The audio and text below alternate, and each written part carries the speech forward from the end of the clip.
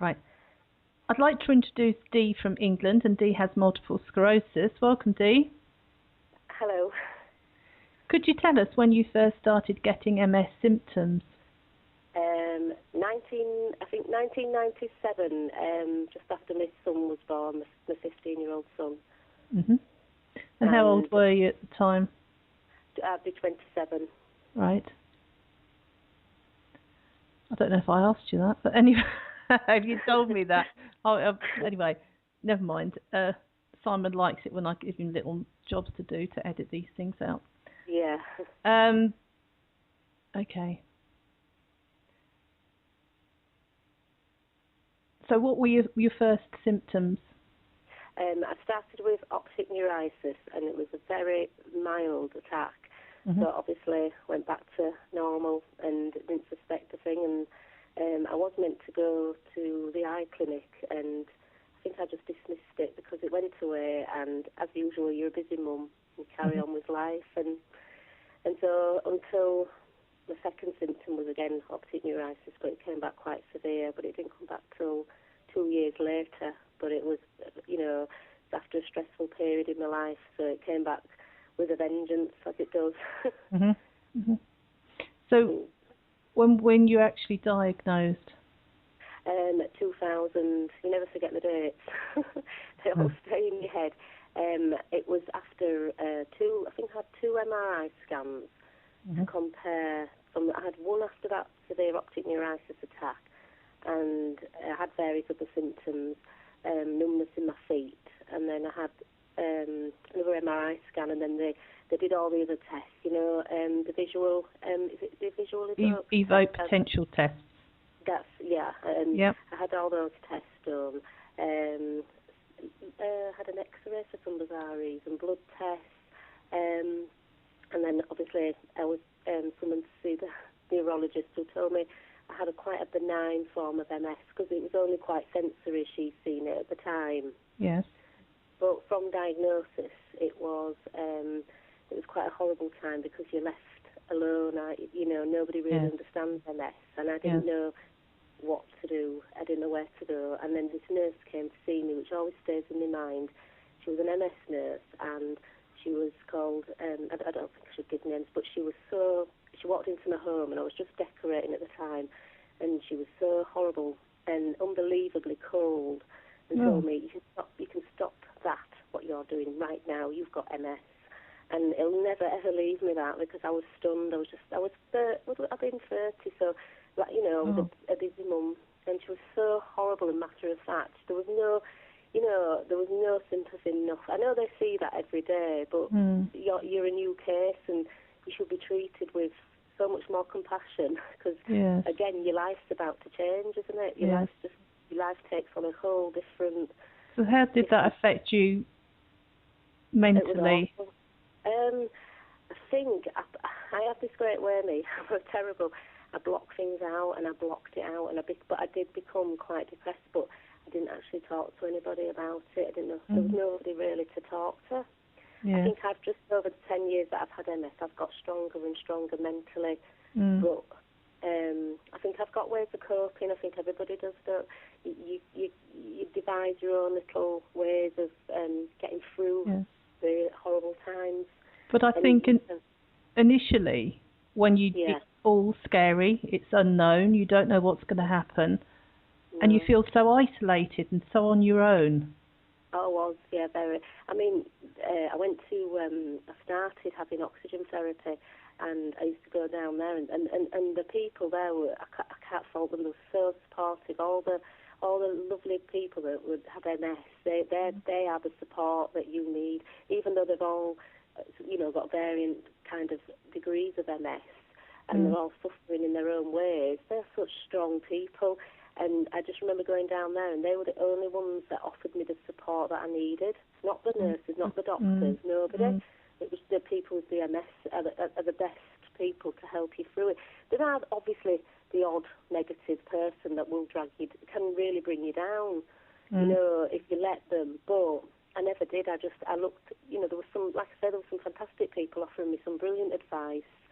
And then I got hold of the New Pathways book. That changed my life. Right. Yeah. That really did, because in there I started to read. I don't know what year it was, but in the New Pathways, I started to see a bit on LDN, and that and I ignored it, which I wish I never did, because I just remember it was new, and I think it was Dr. Lawrence, wasn't Bob Lawrence? Yeah, that's right. That was having his write-up about how the LDN had affected him and what was happening. And when I used to read it, I used to think, oh, that's not for me. I don't know why. I just wish I started it so much sooner. It's bizarre, isn't it? So when did you start?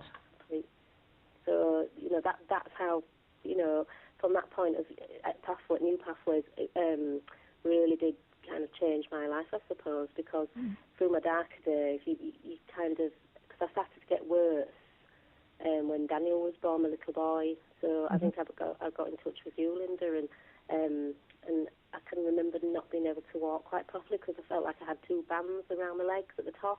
And I just remember walking, really feeling so awkward about my walking. And, my walking's not brilliant now. I trip up a lot still, but I think that's just, LDN does prop you up a little bit, but there's still things sort of happening, that you can't, I think there's the damage has been done from previous times. I don't know. So when did you start LDN? I'd say, what are we now? What was Daniel? 2007. So Daniel was born 2007. I'm just trying to work out. It's 2008 I started LDN, and I did see improvements. In energy, in my everyday, everyday life. I suppose the things that I can do that I couldn't do. I used to find myself sitting down a lot more, whereas I do still get tired naturally. But my days were more fulfilled. And I'm not saying it cured me, because I think I've kind of suspect, because I've been in touch with Dr. Bob Lawrence about, and had quite a nasty do back in August of last year. I don't know why, and he reckons it was probably, I was overdoing it. I can honestly say I was overdoing it. I think LDN it gives you so much energy, I suppose, and you kind of forget. I didn't forget I had MS, I never do, but I think I did just too much, and I burnt out, to be fair, and then I got quite a nasty. I won't say it was a relapse. I just got probably a bit of a virus and a bit of being ran down, and then my MS flared up, because it always does, doesn't it, when you get poorly? That's right. So it put me to bed, really, and my legs started to drag, which was quite frightening, because I always had problems with my left leg, but it's never dragged. But I can honestly say that the relapse, or whatever it was lasted 2 weeks, whereas I suppose it could have been a lot longer hadn't I had me LDN. And I also looked on Bob Lawrence's website, and he was saying, where it says don't go down the road of your steroids, look to all the antitoxins and, go down that route, and the berries, and I followed all the advice, and I just believe that all that, the alternative way of doing it is a lot better than the, going down the steroid route. So how are you now? Did you recover from that? I did. I'm not perfect.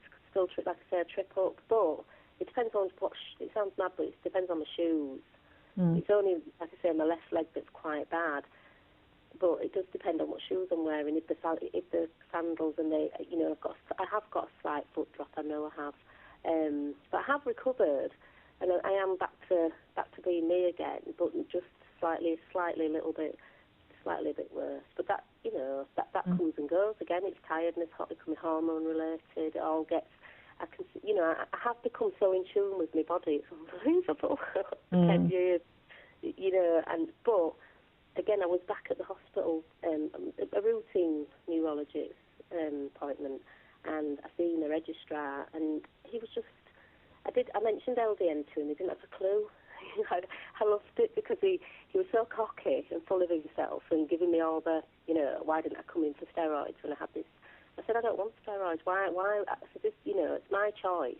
And I don't think he actually believes me that, that I did have, I was quite poorly. And he kind of laughed at me. I think he thought I was trying to put it on the record for some reason. over. He just doubted me. I don't know. And then because I refused the steroids, I said, I don't want the steroids. I'll take them if I need them. I mean, I'd have to be really bad. And then he said, oh, so what if you get left with a bad left leg? They're just horrible. They're just they're not in tune with what people go through. So I can't remember my story now. I've got a bit of a short memory sometimes. Did you have any introductory side effects when you started? I did. Just a little bit of. All I can say is I started on a very low dose, 1.5, I think, and I was over in Port.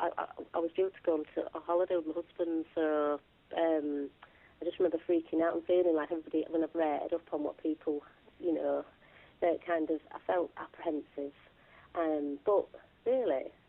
All I had was the weird dream, the weird dreams, and when you close your eyes, you can see strange patterns and strange things coming at you. That's all, and I still get that some days, but it doesn't bother me. It doesn't frighten me and apart from that, no, nothing. Just probably, I went a little bit higher, and I went on to 2.5. I was fine on 2.5, which I'm stuck at.